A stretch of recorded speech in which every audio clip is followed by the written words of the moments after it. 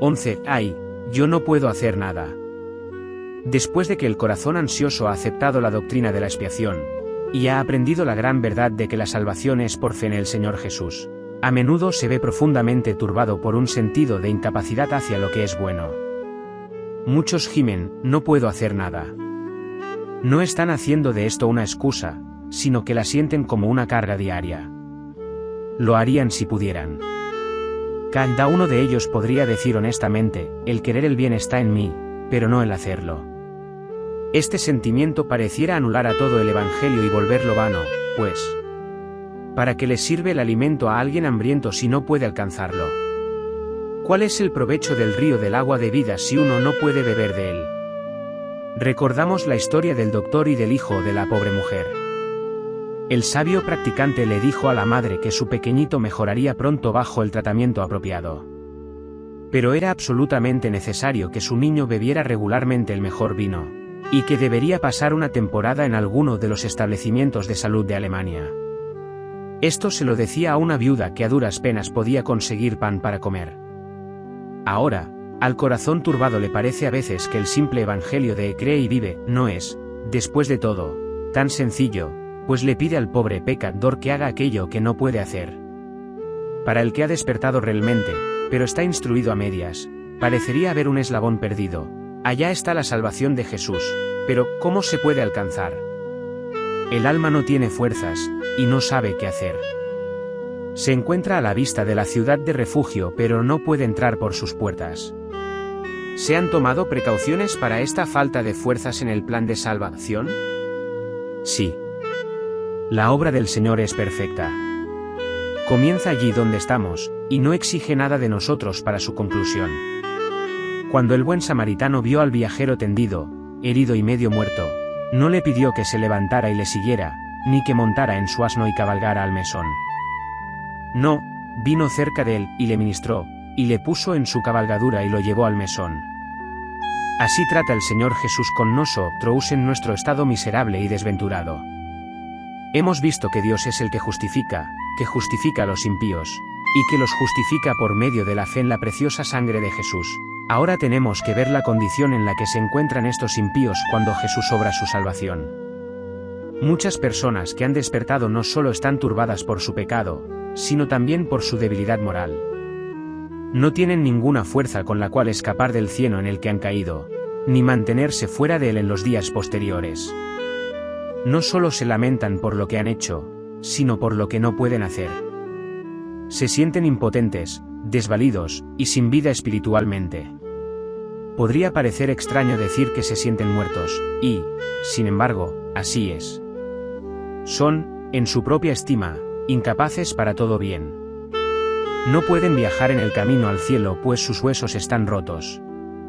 No hizo uso de sus manos ninguno de los varones fuertes, de hecho, ellos son débiles. Felizmente está escrito como encomio del gran amor de Dios hacia nosotros. Porque Cristo, cuando aún éramos débiles, a su tiempo murió por los impíos. Aquí vemos socorrida a la impotencia consciente, socorrida por la mediación del Señor Jesús. Nuestra impotencia es extrema. No está escrito, cuando éramos comparativamente débiles Cristo murió por nosotros, o, cuando teníamos solo un poco de fuerza, mas la descripción es absoluta y restricta, cuando aún éramos débiles. No teníamos ninguna fuerza de ningún tipo que pudiera ayudar en nuestra salvación. Las palabras de nuestro Señor eran enfáticamente ciertas, separados de mí nada podéis hacer. Podría ir más allá del texto y recordarte del gran amor con el que el Señor nos amó, cuando estábamos muertos en nuestros delitos y pecados. Estar muerto es peor aún que no tener fuerzas. La única cosa en la que el pobre pecador desfallecido ha de fijar su mente y retener firmemente, como su única base de esperanza, es la seguridad divina que Cristo, cuando aún éramos débiles, a su tiempo murió por los impíos. Cree esto y toda incapacidad desaparecerá. Tal como dice la fábula de Midas, que todo lo que tocaba lo convertía en oro, lo mismo es cierto de la fe, que todo lo que toca lo convierte en bien. Nuestras propias necesidades y debilidades se tornan en bendiciones cuando la fe trata con ellas. Detengámonos en ciertas formas de esta carencia de fuerzas. Para comenzar, alguien dirá, Señor, parece que ni siquiera tengo fuerzas para recoger mis pensamientos y mantenerlos fijos en esos solemnes tópicos que conciernen a mi salvación. Una breve oración es casi demasiado para mí. Es así en parte, quizás, por causa de la debilidad natural, en parte porque me he lesionado a mí mismo por culpa de la disipación, y en parte también porque me preocupo por mis cuidados mundanos, de tal manera que no soy capaz de esos elevados pensamientos que son necesarios antes de que un alma pueda ser salvada. Esta es una forma muy común de debilidad pecaminosa. Escúchame. Tú no tienes ni ninguna fuerza en este punto, y hay muchos que son como tú. No podrían hilvanar una serie de pensamientos consecutivos para salvar sus vidas. Muchos pobres, hombres y mujeres, son analfabetos y sin preparación, y para ellos los pensamientos profundos serían una tarea muy pesada. Otros son tan superficiales y tan frívolos por naturaleza, que para ellos sería tan difícil seguir un largo proceso de argumentación y razonamiento, como sería difícil volar. Nunca podrían alcanzar el conocimiento de algún misterio profundo aunque gastaran su vida entera en el intento. Tú, por tanto, no debes desesperar. Lo que se necesita para la salvación no es el pensamiento continuo, sino una simple confianza en Jesús. Apégate a este hecho único: Cristo, a su tiempo murió por los impíos. Esta verdad no requerirá de ti ninguna investigación profunda ni penetrante razonamiento, ni argumentación convincente. Allí está: Cristo, a su tiempo murió por los impíos. Fija tu mente en eso, y reposa allí. Este hecho glorioso, gracioso y grandioso ha de permanecer en tu espíritu hasta que perfume todos tus pensamientos, y te conduzca a regocijarte a pesar de que estás sin fuerzas, viendo que el Señor Jesús se ha convertido en tu fuerza y tu cántico. Sí, Él se ha convertido en tu salvación. De acuerdo a las Escrituras es un hecho revelado que, a su tiempo, Cristo murió por los impíos cuando aún eran débiles. Tú has oído estas palabras cientos de veces, tal vez, y, sin embargo, nunca antes has percibido su significado. Esas palabras contienen un sabor alentador. ¿No es cierto? Jesús no murió por nuestra justicia, sino que murió por nuestros pecados. Él no vino a salvarnos porque fuéramos dignos de la salvación, sino porque éramos completamente indignos, y estábamos arruinados y perdidos. No vino a la tierra por alguna razón que se encontrara en nosotros, sino sola y únicamente por razones que extrajo de las profundidades de su propio amor divino. A su tiempo Él murió por aquellos a quienes describe, no como piadosos, sino como impíos, aplicándoles, como desesperanzados, el adjetivo que mejor pudo haber seleccionado. Si solo tuvieras una mente pequeña, ocúpala con esta verdad, que es adecuada para una ínfima capacidad mental, y puede alentar al corazón más afligido.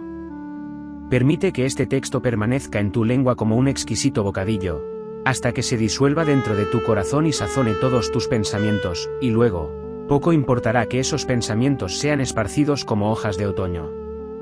Personas que no han brillado nunca en la ciencia, ni han mostrado la menor originalidad de mente, han sido capaces de aceptar, sin embargo, la doctrina de la cruz y han sido salvadas así. ¿Por qué no habrías de ser salvado tú?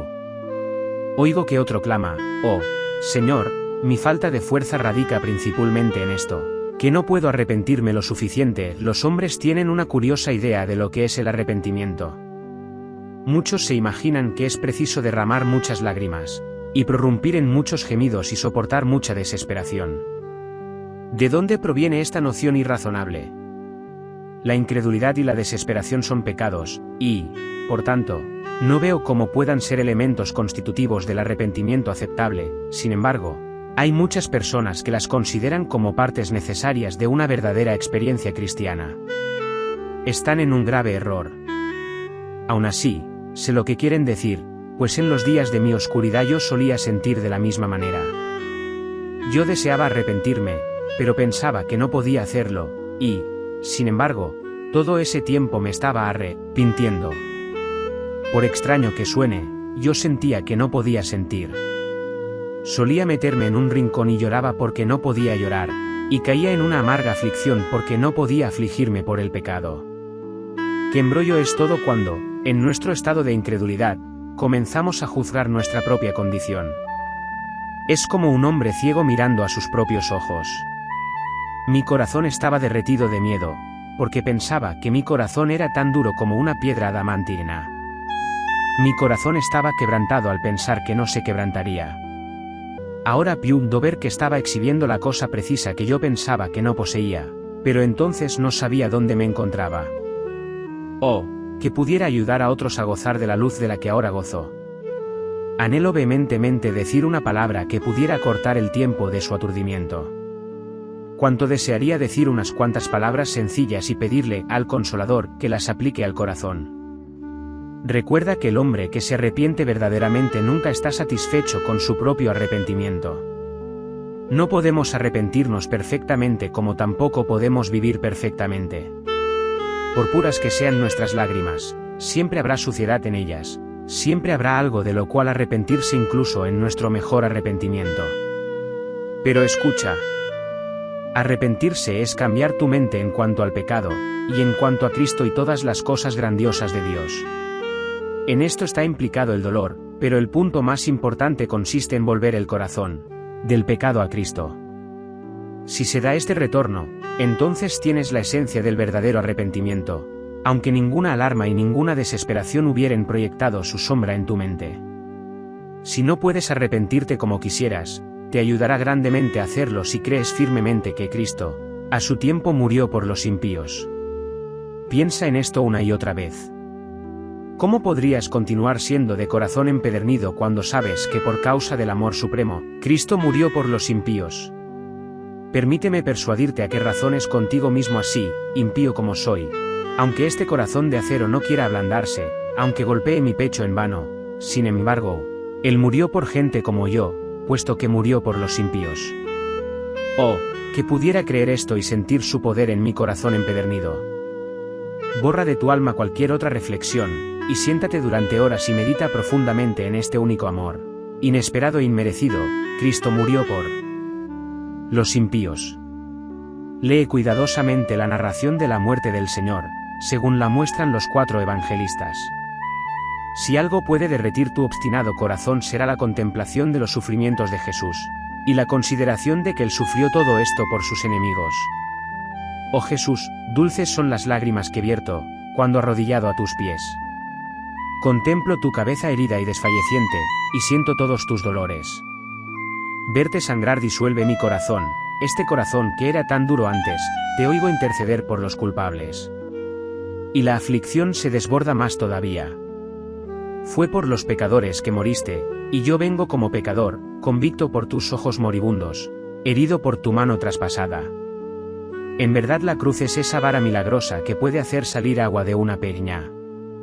Si tú entiendes el pleno significado del sacrificio divino de Jesús, debes arrepentirte de haberte opuesto alguna vez a aquel que está tan lleno de amor.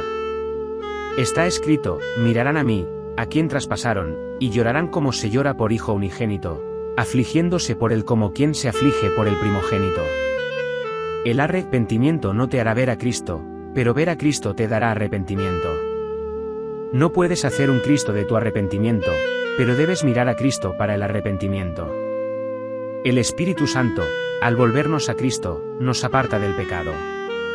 Aparta tu mirada del efecto y la dirige a la causa, de tu propio arrepentimiento al Señor Jesús, que es exaltado en lo alto para dar arrepentimiento. He oído que otros dicen, soy atormentado con horribles pensamientos. Doquiera que voy, las blasfemias se meten furtivamente en mí. Frecuentemente en mi trabajo una terrible sugerencia fuerza su entrada en mí, e incluso en mi cama me despierto sobresaltado de mi sueño por los susurros del maligno. No puedo alejarme de esta horrible tentación. Amigo, entiendo lo que dices, pues yo mismo he sido perseguido por este lobo. Un hombre podría esperar de igual manera luchar contra un enjambre de moscas con una espada como querer controlar sus propios pensamientos cuando son instigados por el diablo. Una pobre alma tentada, asediada por sugerencias satánicas, es como un viajero de quien he leído, que fue agredido por un enjambre de abejas furiosas que cubrieron su cabeza y sus orejas y todo su cuerpo. No podía alejarlas ni escapar de ellas. Le picaron por todas partes y casi le matan. No me sorprende que sientas que estás sin fuerzas para detener estos horribles y abominables pensamientos que Satanás esparce en tu alma. No obstante, quisiera recordarte el versículo de la Escritura que estamos considerando. Cristo, cuando aún éramos débiles, a su tiempo murió por los impíos. Jesús sabía dónde estábamos y dónde habríamos de estar. Él vio que no podríamos vencer al príncipe de la potestad del aire, él sabía que nos afligiría grandemente, pero aún entonces, cuando nos vio en esa condición, Cristo murió por los impíos. Arroja el ancla de tu fe en este lugar. El propio demonio no puede decirte que no eres IMP y con acento O. Cree, entonces, que Jesús murió incluso por personas como tú. Recuerda la manera en que Martín Lutero le cortó la cabeza al demonio con su propia espada.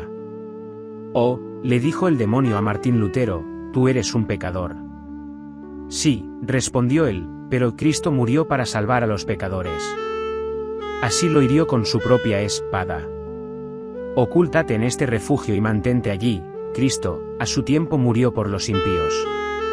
Si sostienes esa verdad, tus pensamientos blasfemos que no puedes echar fuera porque careces de fuerza, se irán por sí solos, pues Satanás verá que no está respondiendo a ningún propósito al plagarte con ellos. Estos pensamientos, si tú los odias, no son tuyos, sino que son inyecciones del demonio, y él es responsable por ellos, y no tú. Si te opones a ellos, no te pertenecen más que las blasfemias y las falsedades de los alborotadores de las calles. Es por medio de estos pensamientos que el diablo quisiera conducirte a la desesperación, o al menos, impedir que confíes en Jesús. La pobre mujer enferma no podía acercarse a Jesús por causa de la turba, y tú estás en gran medida en la misma condición, debido a la embestida del tropel de estos terribles pensamientos. Aún así, ella extendió su dedo y tocó el borde del manto del Señor, y fue sanada. Haz tú lo mismo. Jesús murió por quienes son culpables de todo pecado y blasfemia, y, por ello, estoy seguro de que no rechazará a aquellos que son involuntariamente cautivos de malos pensamientos. Arrójate sobre él, con tus pensamientos y todo, y comprueba si no es grande para salvar. Él puede callar esos horribles susurros del maligno, o puede capacitarte para que los veas a la luz verdadera, para que no te preocupes por ellos. A su manera, puede y quiere salvarte y, al fin, te dará perfecta paz. Solo confía en él, tanto para esto como para todo lo demás. Tristemente desconcertante es esa forma de incapacidad que se esconde en una supuesta falta de poder para creer. No es extraño para nosotros este clamor. Oh, que pudiera creer, pues todo sería fácil. Yo quisiera, pero no puedo, Señor, aliviame, mi ayuda ha de venir de ti. Muchos permanecen en la oscuridad durante años, porque no tienen poder, según dicen, para hacer aquello que es la renuncia de todo poder para reposar en el poder de otro, el Señor Jesús. En verdad, todo este asunto de creer, es algo muy curioso, pues la gente no recibe mucha ayuda cuando trata de creer. La fe no viene por tratar. Si una persona fuera a hacer una declaración de algo que sucedió hoy, yo no le diría que intentaría creerle. Si creyera en la veracidad del hombre que me relató el incidente y que dijo que lo presenció, yo aceptaría la declaración de inmediato. Si no lo considerara un hombre veraz, por supuesto que no le creería, pero no habría ningún intento en el asunto. Ahora, cuando Dios declara que hay salvación en Cristo Jesús, yo debo creerle de inmediato o hacerle mentiroso. Seguramente no dudarás en cuanto a cuál es el sendero correcto en este caso. El testimonio de Dios debe ser verdadero, y estamos obligados a creer en Jesús de inmediato. Pero posiblemente hayas estado tratando de creer demasiado. Nosotros no apuntamos a grandes cosas. Debe bastarte tener la fe que pueda sostener en su mano esta sola verdad: Cristo, cuando aún éramos débiles, a su tiempo murió por los impíos. Él entregó su vida por hombres que todavía no creían en él, ni eran capaces de creer en él. Él murió por los hombres, no como creyentes, sino como pecadores. Él vino para convertir a estos pecadores en creyentes y santos, pero cuando murió por ellos los veía como totalmente débiles. Si te aferras a la verdad que Cristo murió por los impíos, y la crees, tu fe te salvará, y puedes irte en paz. Si confías tu alma a Jesús, que murió por los impíos, aunque no puedas creer todas las cosas ni mover montañas, ni hacer otras cosas portentosas, eres salvo. La fe que salva no es la gran fe sino la verdadera fe, y la salvación no está en la fe, sino en el Cristo en quien la fe confía. La fe como un grano de mostaza traerá la salvación. El punto que ha de ser considerado es la sinceridad de la fe y no la medida de fe. Ciertamente un hombre puede creer aquello que sabe que es verdad, y como sabes que Jesús es verdadero, tú, amigo mío, puedes creer en él. La cruz, que es el objeto de la fe, es también, por el poder del Espíritu Santo, su causa. Siéntate y contempla al Salvador moribundo hasta que la fe brote espontáneamente en tu corazón. No hay lugar como el Calvario para producir la confianza. El aire de ese sagrado monte trae salud a la trémula fe. Muchos contempladores han dicho de allí: viéndote herido, doliéndote, desfallecido en el maldito madero, Señor, yo siento que mi corazón cree que tú sufriste así por mí. ¡Ay! Clama otro: mi falta de fuerzas está en este sentido, que no puedo renunciar a mi pecado, y yo sé que no puedo ir al cielo si llevo conmigo mi pecado. Me alegra que sepas eso, pues es muy cierto. Tienes que estar divorciado de tu pecado, o no puedes casarte con Cristo. Recuerda la pregunta que pasó como relámpago por la mente del joven Bunyan cuando practicaba sus deportes en el descampado un día domingo: ¿abandonarás tus pecados e irás al cielo, o conservarás tus pecados e irás al infierno? Esto le hizo sentirse extremadamente compungido. Esa es una pregunta que todo hombre tendrá que responder, porque no existe tal cosa como continuar en el pecado e ir al cielo. Eso no puede ser. Debes renunciar al pecado o renunciar a la esperanza. Si respondieras: sí, estoy lo suficientemente dispuesto. El querer el bien está en mí, pero no el hacerlo. El pecado se enseñorea de mí, y no tengo fuerzas. Ven, entonces, si no tienes fuerzas, pues este texto sigue siendo válido: Cristo, cuando aún éramos débiles, a su tiempo murió por los impíos. ¿Puedes creer eso todavía? Por mucho que otras cosas parezcan contradecirlo, estás dispuesto a creer en él. Dios lo ha dicho, y es un hecho, por tanto, sujétate a él con mano firme, pues tu única esperanza está contenida allí. Cree en esto y confía en Jesús, y pronto encontrarás poder para eliminar a tu pecado, pero aparte de él, el hombre fuerte armado te retendrá por siempre como su esclavo. Personalmente, nunca habría podido vencer a mi propia condición pecaminosa. Intenté, pero fracasé. Mis propensiones malvadas eran demasiado para mí, hasta que, en la creencia que Cristo murió por mí, confié mi alma culpable a Él, y entonces recibí un principio vencedor mediante el cual derroté a mi yo pecaminoso. La doctrina de la cruz puede ser usada para eliminar el pecado, de la misma manera que los antiguos guerreros usaban sus gigantescas espadas a 2 manos, y derribaban a sus enemigos con cada golpe. No hay nada como la fe en el amigo de los pecadores, esa fe vence todo mal. Si Cristo murió por mí, impío como soy, débil como soy, entonces no puedo vivir más en el pecado, sino que he de disponerme a amar y servir a quien me ha redimido. No puedo tratar a la ligera el mal que hizo morir a mi mejor amigo. He de ser santo por su causa. ¿Cómo podría vivir en pecado cuando Él murió para salvarme del pecado? Mira cuán espléndida ayuda es para ti, que estás débil, saber y creer que a su tiempo Cristo murió por los impíos como tú. ¿Ya has captado la idea? Ver la esencia del Evangelio es muy difícil, de alguna manera, para nuestras mentes entenebrecidas, prejuiciados e incrédulas. A veces he pensado, al terminar de predicar, que expuse el Evangelio tan claramente, que la nariz en el rostro de uno no podría ser más evidente, y, sin embargo, percibo que incluso oyentes inteligentes no han podido entender lo que significaba: mirad a mí, y sed salvos. Los convertidos dicen usualmente que no habían entendido el Evangelio hasta tal y tal día, y sin embargo, lo habían oído durante años. El Evangelio es desconocido, no por falta de explicación, sino por la ausencia de la revelación personal. El Espíritu Santo está presto a darla, y la dará a quienes se la pidan. Sin embargo, una vez dada, el resumen de toda la verdad revelada está contenido dentro de estas palabras: Cristo murió por los impíos. Oigo a otro que se lamenta así: oh Señor, mi debilidad radica en esto, que pareciera que no puedo mantener por largo tiempo una sola mente. Oiga la palabra un día domingo, y quedo impresionado, pero en la semana me encuentro con un amigo malvado y mis buenos sentimientos se desvanecen. Mis compañeros de trabajo no creen en nada, y dicen cosas muy terribles, y yo no sé cómo responderles. Y de esta manera me encuentro arrollado. Yo conozco a este flexible plástico muy bien, y tiemblo por él, pero al mismo tiempo, él es realmente sincero, y su debilidad puede ser tratada por la gracia divina. El Espíritu Santo puede echar fuera al espíritu maligno del temor del hombre. Puede hacer valiente al cobarde. Recuerda, mi pobre amigo vacilante, que no debes permanecer en este estado. No conviene nunca que seas mezquino y miserable contigo mismo.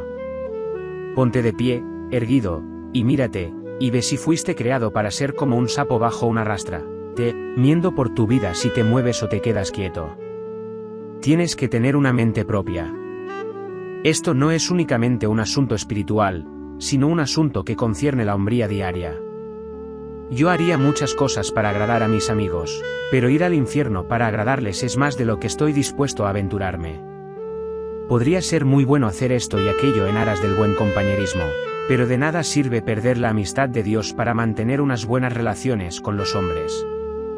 Eso lo sé, dice alguien, pero aún así, aunque lo sé, no puedo cobrar valor. No puedo mostrar los colores de mi uniforme. No puedo mantenerme firme.